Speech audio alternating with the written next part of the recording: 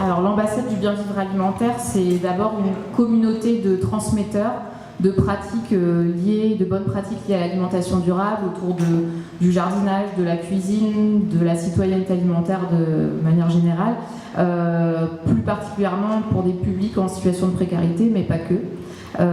Concrètement, c'est une formation d'ambassadeurs du jardinage et du bien-vivre alimentaire qui est proposée dans 3 lieux en France. Avec autour de transferts de savoir-faire de base en termes de jardin, de cuisine, d'agroécologie, on en parle aussi un petit peu, dans l'idée de former des transmetteurs qui vont chacun essaimer autour d'eux ces pratiques-là. C'est actuellement plus de 250 personnes qui ont été formées à travers la France. Alors les 3 lieux, donc il y a ici, sur le site de l'Écopole alimentaire, donc par les Anges Gardins, en Aquitaine et en Ardèche, où il y a 2 autres structures qui proposent ces formations-là. Donc 250 ambassadeurs formés, qui à leur niveau, donc ça peut être des personnes qui sont affiliées à des structures et qui vont mettre en place des ateliers auprès de leur public. Ça peut être des personnes qui vont développer vraiment des projets qui vont en créer sur leur territoire, ou d'autres personnes qui vont, ça peut être plus coordonner des actions sur leur territoire et mettre en place des projets autour de l'alimentation jardin, cuisine, enfin alimentation durable de manière générale. L'ambassade, c'est aussi un site internet où on met en accès libre et gratuit des outils.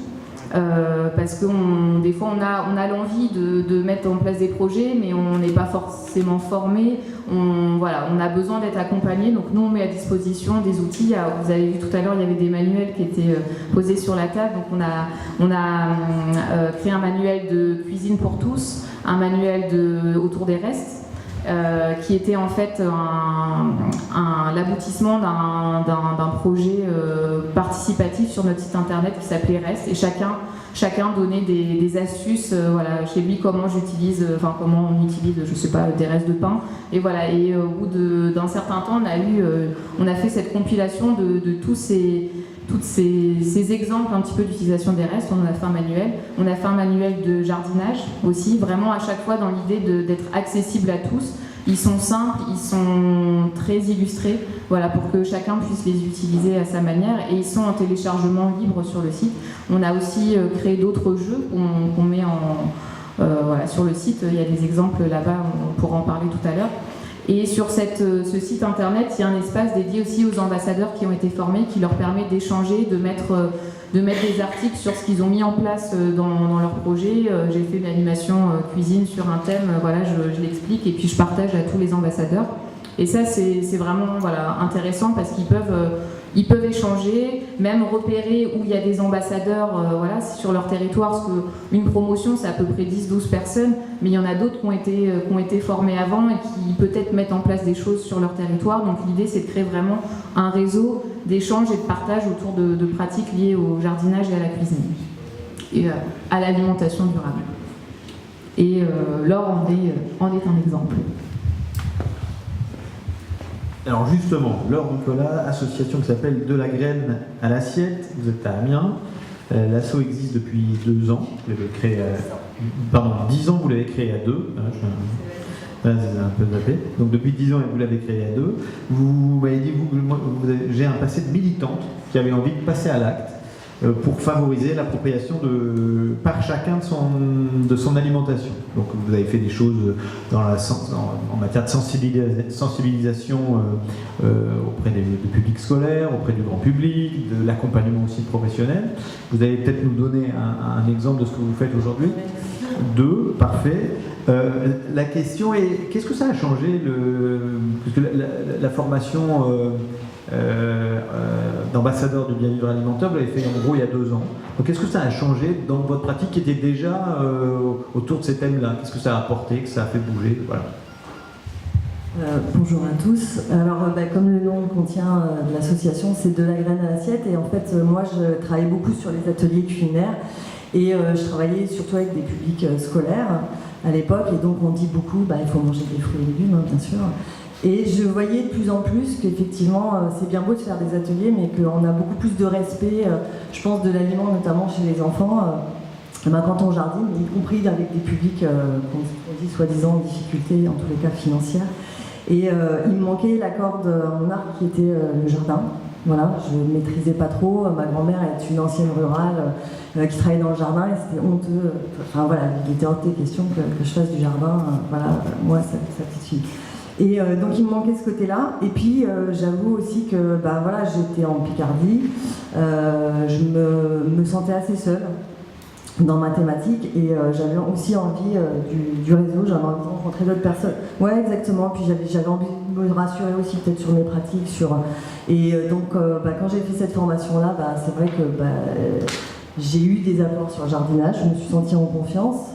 Faut pas forcément beaucoup en fait pour se sentir légitime, ou alors c'est peut-être une histoire de caractère aussi, je ne sais pas. Et donc il y a eu ce côté jardin et il y a eu surtout aussi cet aspect communautaire où j'ai retrouvé des gens avec qui on avait la même, quand on parlait de sens tout à l'heure, voilà, on avait la même envie de transmettre un message autour de l'alimentation. Et ça m'a fait du bien, voilà. Donc c'était à titre personnel aussi.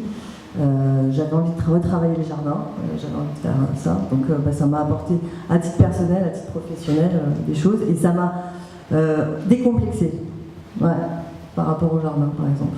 Et donc suite à ça, pour répondre à votre question, puisqu'il y avait deux questions, j'ai pratiqué, c'est-à-dire que j'ai deux enfants en fait, notamment une fille qui est en école primaire, et bon j'étais légitime d'accord, mais j'allais pas me faire payer pour ça, parce qu'il fallait déjà que je pratique un peu quand même, j'ai une certaine conscience professionnelle, et donc du coup j'ai proposé à la prof de ma fille de venir faire des cours de jardin. Il y avait un jardin dans l'école qui n'était absolument pas utilisé, et donc j'ai proposé de venir faire des cours de jardinage pour moi me faire la main, pour voir aussi comment ça pouvait s'introduire dans un programme scolaire. Et voilà. Et donc j'ai travaillé sur 1 an avec un programme que j'ai élaboré toute seule, mais avec tout ce que j'avais appris lors de ces ateliers, et en fait ça a hyper bien fonctionné. Et je me suis rendu compte en fait que les enfants découvraient la biodiversité, mais la biodiversité aussi bien dans le jardin, enfin dans l'environnement, mais aussi dans l'assiette, qu'ils goûtaient beaucoup plus facilement. C'est-à-dire que comme c'était des choses qu'ils avaient plantées, c'était quand même dommage de les laisser, donc ils étaient beaucoup plus curieux quoi. Et donc du coup ça a permis après, on a bifurqué, là c'était des viandes professionnelles, sur aussi des ateliers culinaires où on a fait des jus de fruits, on a fait des tisanes, on a fait voilà, et on a fait fonctionner l'essence, ce qui est quelque chose quand même d'important dans la cuisine aussi. Voilà, donc la boucle était bouclée et c'était pas mal.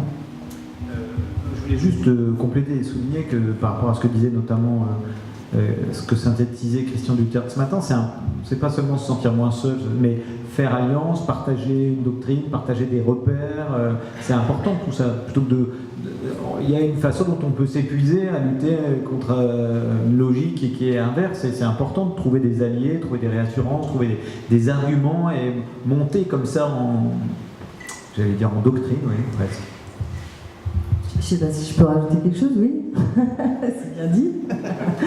Non, c'est important. Moi, je pense qu'à un moment, c'est important aussi, pas seulement de se rassurer, mais ouais, effectivement, de voir que d'autres personnes sont là, qu'il y a des projets qui existent, que ça a lieu un peu partout.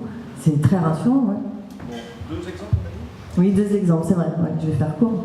Non. Alors, sur la sensibilisation, au sein de l'association, moi, maintenant, je parle de temps. On parlait de l'alimentation, on est tous issus d'une histoire, on mange tous.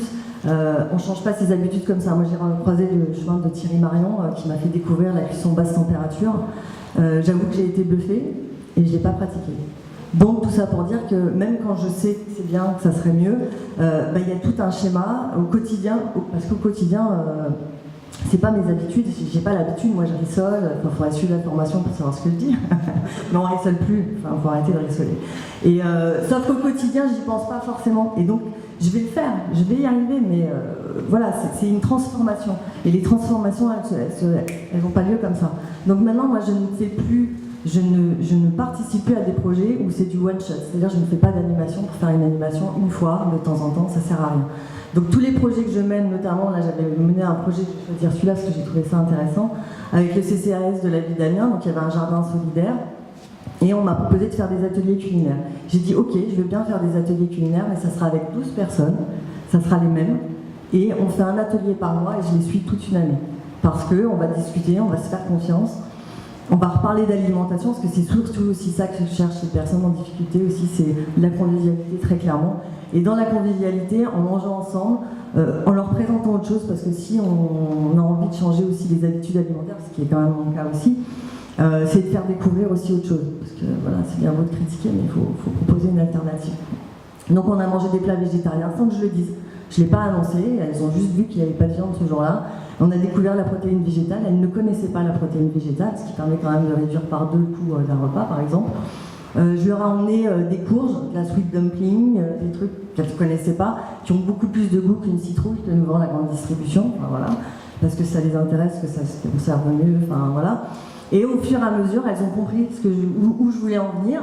Du coup, elles m'ont dit à un moment, mais comment toi tu fais pour manger bio, parce que je mange bio, local, de saison, enfin comment tu te débrouilles, Et je leur ai dit, ben voilà, moi je suis dans une coopérative d'achat, non, toujours la même chose.